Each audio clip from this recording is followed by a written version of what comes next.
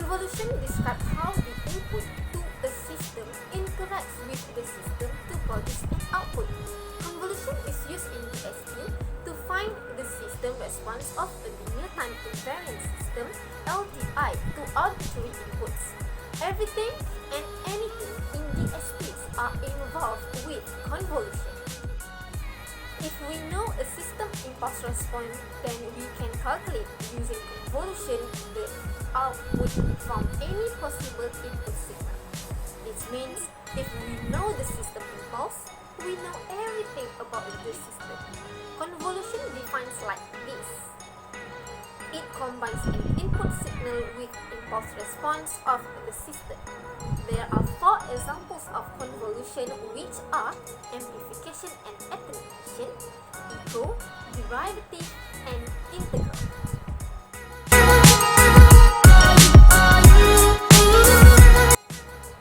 Correlation is identical to the convolution, with the difference no signal is reversed. There are 2 application examples, which are correlation between a radar transmitted and received signals, and autocorrelation, which is white noise removal, pitch or tempo estimation. The received signals of correlation will consist of 2 parts, which are the shifted and scaled version of the transmitted pulse and random noise resulting from interfering radio wave, thermal noise in the electronics, etc. Correlation is the optimal technique for detecting a known waveform in random noise. That is, the peak is higher above the noise using correlation that can be produced by any other linear system.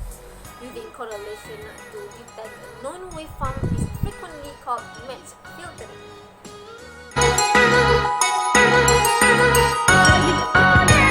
Okay, next is about differences between convolution and correlation. Convolution is to find the output of the system of impulse response Hn for an input Sn, and the correlation to find the degree of similarity between 2 signals. There are 3 types of convolution, which are convolution integral, convolution sum, and circular convolution. While for the correlation, we have cross correlation and autocorrelation. For the convolution, kernel is flipped, while correlation kernel not flipped. There are also have differences between convolution and correlation in general formula. The properties of convolution are commutative property and distributive property, while for the correlation, autocorrelation exhibit conjugate symmetry and function of energy signal at origin. Explain the methods in calculating convolution. The first one is graphical method, the second one is table method, and the third one is matrix method. As we know, convolution is a mathematical operation of 2 functions that produce a third function, expressing how the shape of one is modified by the other. For the graphical method, theoretically, convolutional operations can be done either in spatial domain or spectral domain. The local neighborhood information on graph cannot be easily represented in spatial domain. Graph convolution instead can be performed in spectral domain. According to the convolution theorem, full graph convolution involves performing agent decomposition of the graph Laplacian matrix, then perform Fourier transformation on the graph. For the table method, basically if you have 2 series, one can make a table and multiply elements and sum up the diagonals as illustrations.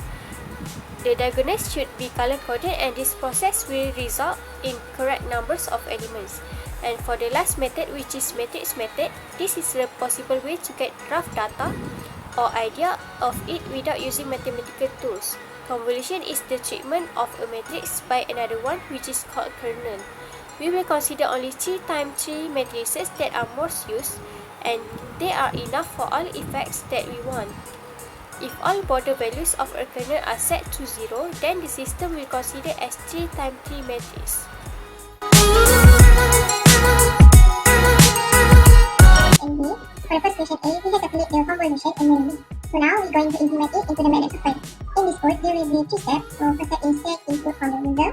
So we write set C to all plus all first, and then S equal to input, enter the first area means the first area for Sn value, and then hash equal to input, enter the second area means for Hn for the second area is Sn input value, and then for the second step is to create the matrix. So we write to create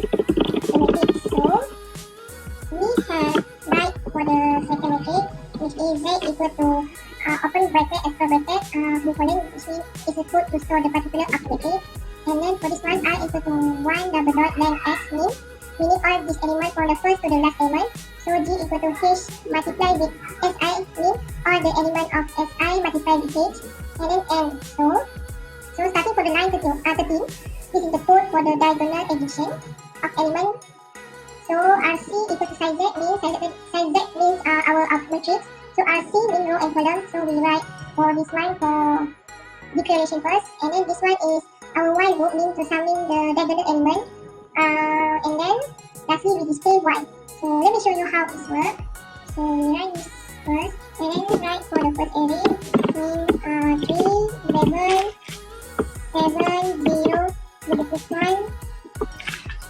4, 2, close, and then 2, 3, 0, negative 5, 2, 1. We close, and then we enter. We got the answer is 6, 51, 47, 6, negative 51, negative 5, 41, 18, negative 22, 93, 8, and 2. So all this one is for our value for matrix method or array multiplication. Okay, this one is part 1, question 1b.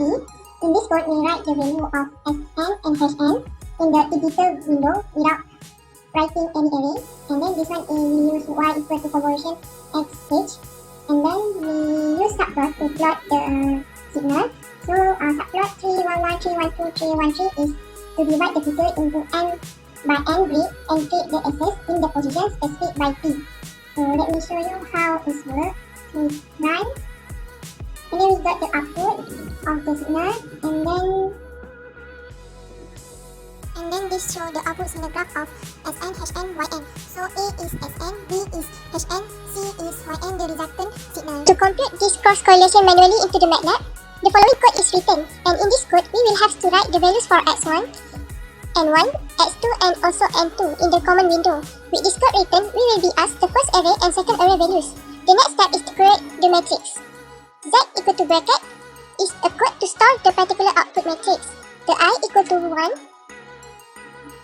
on length in the bracket x takes the value from the first element to the last element. So all these elements will be multiplied with elements of x2 in the bracket n. Moreover, the code for diagonal addition of elements is given by starting from line 14, which is R and C equal to size Z. The R and C from this code represents the row and column.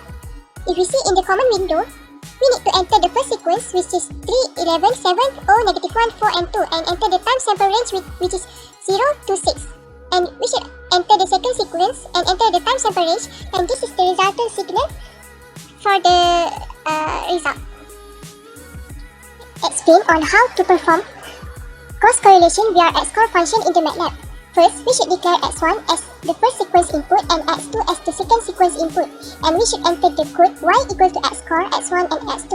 And then we can plot the figure for the first sequence with figure subplot 3, 1, 1, stem x1 and label y as an amplitude. And then for the second sequence, we can do the same by subplot 3, 1, 2, stem x2 and label y as an amplitude. And for the resultant signal, we can subplot 3, 1, 3, stem, flip left to right, y and y label amplitude, and then we can display the result by using this code.